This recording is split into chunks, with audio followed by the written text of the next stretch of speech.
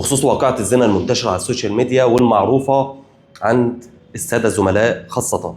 عايز أوضح نقطتين بساط.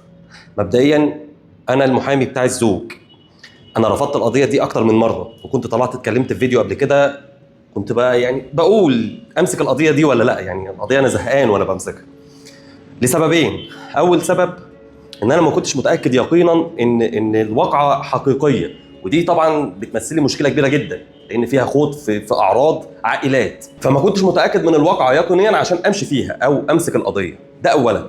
وثانيا علشان انا كنت عارف الشخص المتهم ده علم اليقين، عارف ان هو شخص يتسم بالاخلاق والاحترام والى اخره، ورفضت القضيه لحد اما جالنا مستندات وادله صوتيه ومرئيه قاطعه وقاطعه الدلاله على ان واقعه الزنا دي للأسف حصلت.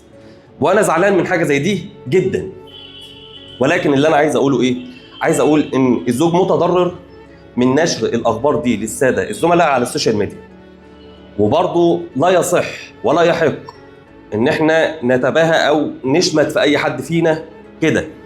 دي طريقة غير مقبولة وغير مستساغة وغير مستحبة مبدئيا. ليه؟ لأن فيها عائلات بتتضرر من التشهير ده.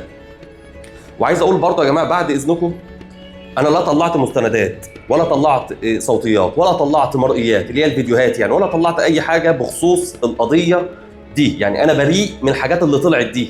انا قدر المستطاع استر ما افضحش، ومفيش حد مننا كامل. لو ربنا شال غطاء الستر عن اي حد فينا هتلاقي بلاوي سودة بما فيكم، اولكم انا كمان. انا ما بنقاش عن نفسي في حاجات زي دي.